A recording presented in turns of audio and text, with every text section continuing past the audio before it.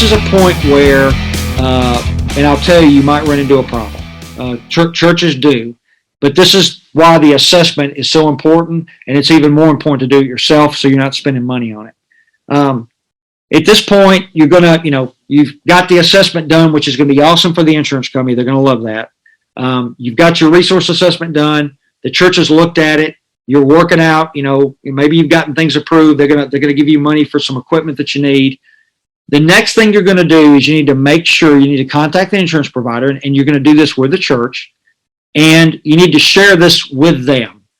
Now, a lot of times, what a church will do is when you bring them that project proposal, somebody, especially if it's a big church, is going to pick up the phone and call the insurance company and say, hey, because they know the provider, they know the agent, maybe the agent goes to church there, and they're going to say, hey, we're going to probably start a security team or a security ministry, and what's that going to look like on our insurance? And, maybe it's already covered. Sometimes it is not. Okay. So project plans together, it's approved. You found your leader, assessments are done. You're in the process now of getting your resources together to get this thing started. What you need to do is you need to share the assessment, and you need to share this idea with the insurance company for two reasons. One, they need to know that, because you're transferring risk to them. Number two, you need to make sure that you guys have the right coverage. There's two types of coverage: liability insurance, which covers, the roof gets hit by lightning, somebody slips and falls in the sanctuary, and then there's security operations liability insurance, which is, kind of a specialized piece, which is going to cover like a security related event. A lot of liability insurance in the church world is not going to cover a use of force incident by a ministry member. It's not going to cover, like if you have to, use deadly force, your regular liability insurance may not cover it. So what you're going to have to do is go to validate and make sure that what the scope of what the ministry is doing, if there's an undesirable event, that the insurance, that risk transfer, they're going to cover it. And if they're not covered under the current coverage, what does that look like? What does that mean? How much more is that going to cost the church? Okay. In addition, you need to think about a self-defense plan that's for the individual server or ministry person himself or herself. And that's like U.S. Law Shield, U.S. Concealed Carry. That's going to pick up on the civil stuff that the church security operations liability insurance may not cover. Okay. So contact the insurance provider, share this with them. This is all a process. All this is kind of working at once, right? We're not with one, one check, checking the box, getting all this approved. There's a lot of moving parts to it. Okay. Do you require your team members to carry their own insurance? I did not make them do it, but here's what I did to motivate them to do it. I did it, and then I became an affiliate for two of them, and then, had that affiliate show up and give them a bunch of free stuff and, and got the cost down to where everybody could afford it. So I did not force them to do it, because at the end of the day, if we use force, we've got security operations liability insurance, but, some of this is a personal decision for them. So, I strongly suggested it. I'll just say that. Okay.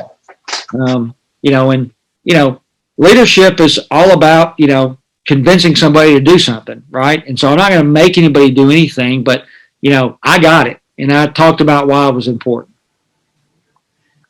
And Mike, the larger and broader consideration is not just the security team, because anybody who's going to carry at all is going to carry outside of their volunteer service at church. And then you need that protection personally and individually if a situation arises outside the church situation. Absolutely. And so Perry made a good point. These self-defense plans, especially specifically one of them, not only going to cover you when you're at church, but they're designed for concealed carry carriers anyway. They all don't necessarily cover you if you're volunteering in a security ministry, but I know one for sure does. And so absolutely, if you're covered at church, then when they leave the church, they got a pistol on. If they get into something when they get off of serving, they need that coverage. I'll tell everybody on this call, I can't make anybody do it. If you're carrying a pistol, a Kubotan, a can of pepper spray, and you think you're going to ever have to defend yourself, you better have a self-defense plan.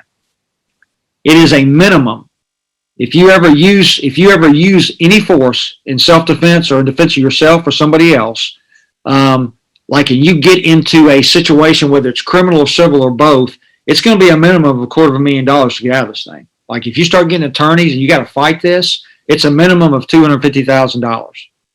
And U.S. Law Shield is $10.95 a month, and there's no cap.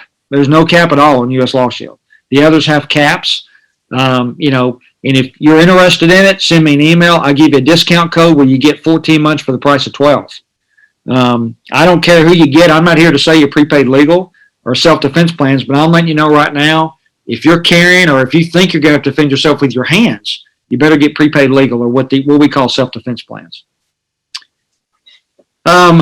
All right, then after this insurance step, what we want to do is and I put this after the insurance piece because they're going to probably ask you for it. So I would, you need to develop a security plan and some procedures. A lot of times when you tell your church liability covered or insurance provider that you're doing this, they may ask. In fact, I'd say 80% of the time they're going to ask.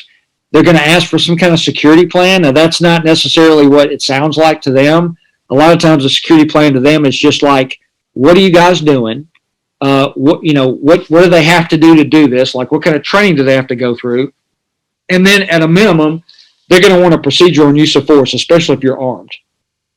So at a minimum, like write some kind of document. It's your security plan that says, this is what you're doing.